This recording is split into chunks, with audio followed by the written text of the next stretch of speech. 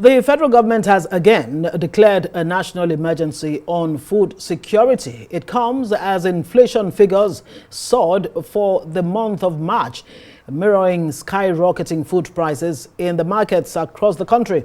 Now, to tackle this grim picture, the government has set a goal of expanding irrigation infrastructure and making good use of the over 3.1 million hectares of irrigable land in the country.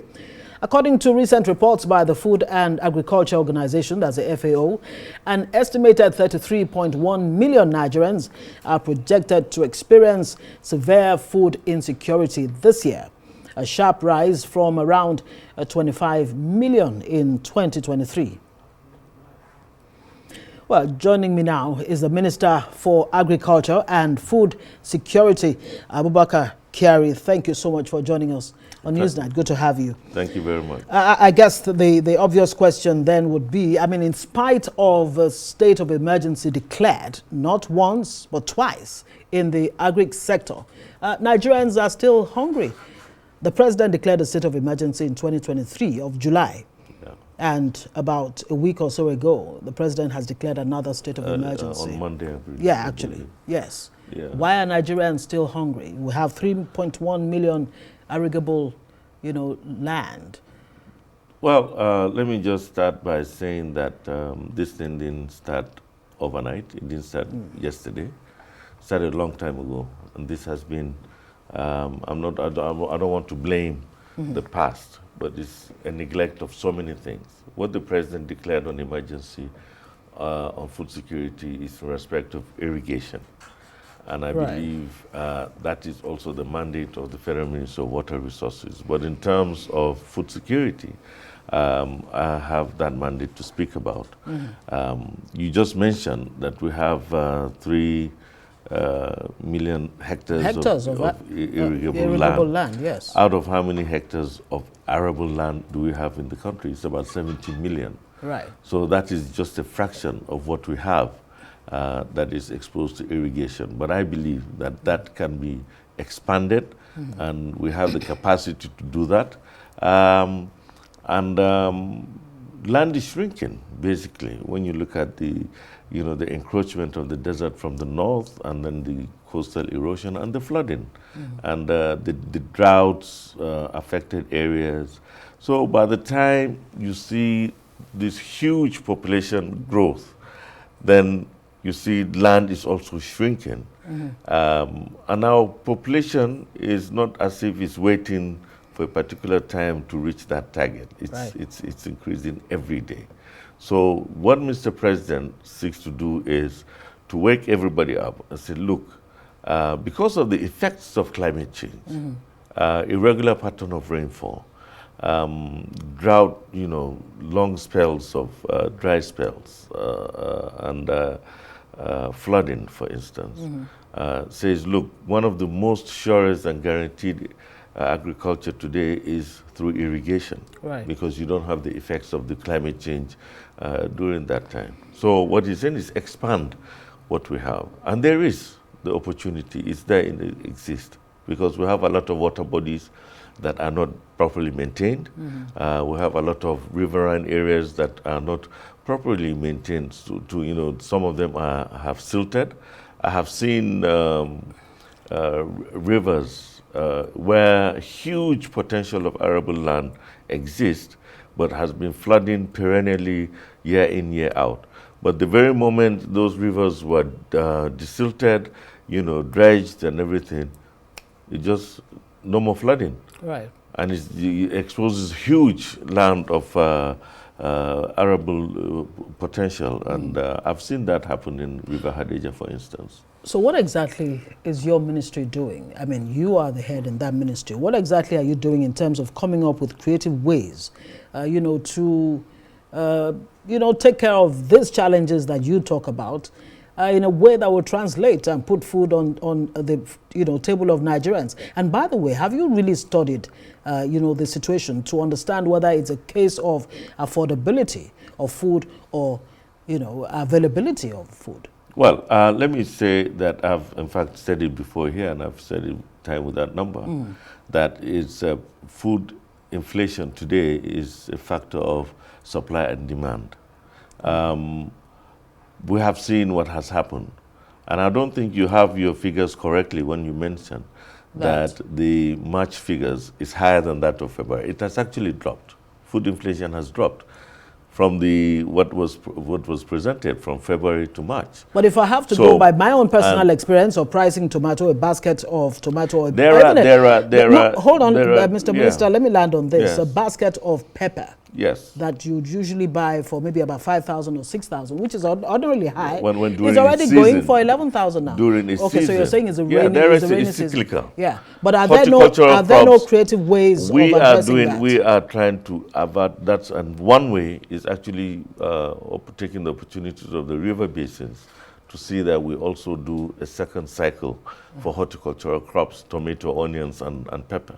And those, we have seen that those crops now are actually a driver for inflation. They also affect other staple crops in the market. Once tomatoes start going up, even if maize is available, there's a tendency for it to push that price up. So, but what I'm saying by and large is that we just went through Ramadan. And for the first time in a long time in history, that before Ramadan and also during Ramadan, that staple foods have not gone up, and it's been quite low.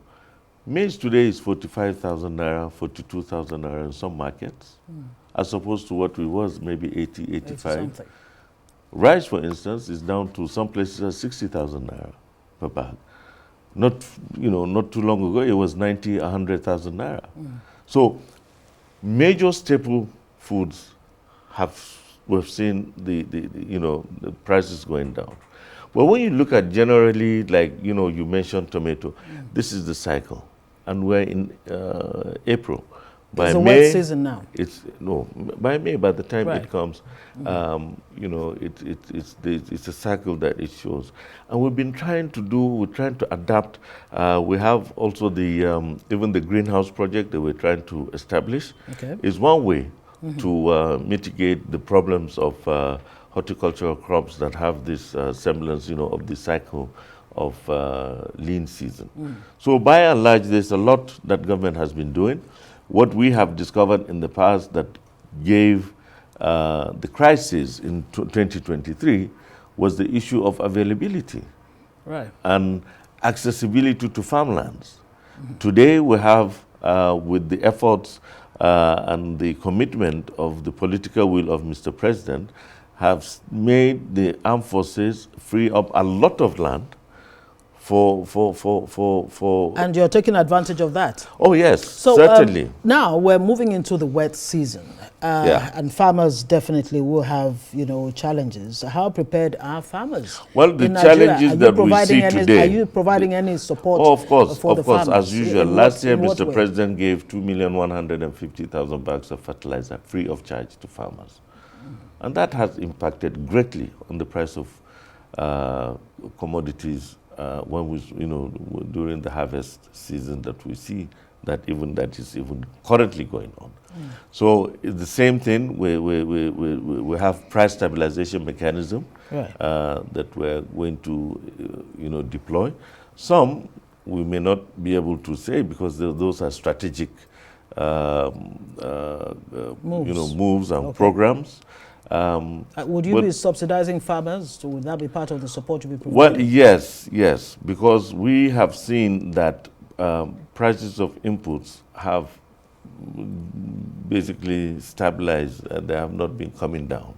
And farmers are worried now that the prices of food is coming down and prices of inputs are where they are. So cost of production is still where it is, while the gains of the harvest is becoming lower. So that is not an incentive for farmers to go into farmers. And other people that I have seen, people that are not ordinarily farmers, but because of the gains that they tend to make, especially last year, all of a sudden we're into agriculture. A lot of people I know, my friends, people that are in the public service, in the civil service, have gone into agriculture. Well, I have a home garden too. So, now, speaking of which, let's talk about the African Development Bank. It's planning to mobilize some $2.2 billion to develop the special agro-processing yes. industrial zone, right. yes. How do you plan to deploy these funds in a way that will really make an impact? Well, you are aware that the first phase has been the groundbreaking ceremony in Kaduna and Cross River State had been done by Mr. President, represented by the Vice President last week. Right. And that was the first phase that seeks to set up these industrial hubs in 7 states plus the FCT, making 8 areas in the first phase. And in the second phase, we have already received expression of interest from 27 other states that were not part of the first phase states. And that is where the President of African Development Bank announced in one of those events that because of the interest involved, additional $2.2 billion will be attracted to set up those special agro-processing zones in the remaining 27 states. The first phase is to the tune of $538 million. So the 2.2 is to take care of the second phase. What the special agro-processing zone seeks to do really is a really game changer in the agricultural sector. You would agree with me that currently where food is produced is not where it is necessarily processed. Right. And it is also not necessarily where it is consumed. Food processing is almost absent in that is what they seek to do. Chain. So yes. what those processing zones are to be situated in peri-urban areas, not in urban areas, and also to mitigate the rural-urban drift, right?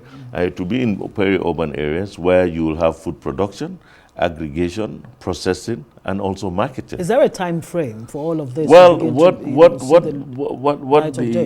the program seeks to do is to catalyze the setting up. It's not going to be done by government. It's to attract private investment. Right. Private sector is going to be private sector driven. What government is putting in is infrastructure, for instance, roads, power supply, sewage, water, and making land available for farmers. So it's not government setting up industries, but to catalyze and hasten and attract investors. Okay, before I let you go, we're being wrapped up now. Yeah. I mean, if you were to look back, comparatively, where did you meet Nigeria's agri sector or food security in Nigeria? Where is it now, presently? Well, you could tell from the cries of August 2023 up on the way to August 2024. We're not where we want to be, but we are on the right direction. We're on the right track. And moreover, one of the aspects that Mr. President seeks to deploy is the issue of mechanization. Address that very quickly. Very well. Yes, we have 4 programs. 2 are collaborative.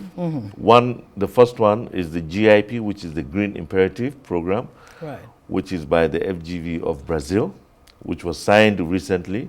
The MOU was signed at the sidelines of the G20 in Brazil when Mr. President went to Brazil. And the agreement was also concluded a couple of weeks ago when the FGV and also the Foreign Minister of Brazil came to Nigeria. The second one is the Greener Hope. It's an indigenous program. All these are collaborative programs that are supposed to be PPP in nature and also attract foreign investment into the scheme. Both of them seeks to deploy over 10,000 agri-equipments and the tune of one is about 950 million euros, one is $1 billion. Then the other 2 programs are procurements. Procurement of 2,000 tractors and 4 implements per tractor, making and you're attracting all of this investment in spite of the farmer-herder clashes that's threatening agriculture on one hand too. Well, remind you that Yeah. there's the creation of the Ministry of Livestock Development. That's taking care of that. That will take care of that. Okay. All right. Well, at the end of the day, what this must translate into is food on the table of Nigerians. That's food what security they care about. Yes. Is availability, accessibility, affordability, and consumption of diverse and nutritious food. It's a good place to live it, Mr. Minister, Minister of Agric and Food Security, Senator Abubakar Kyari, joining us on Newsnight tonight.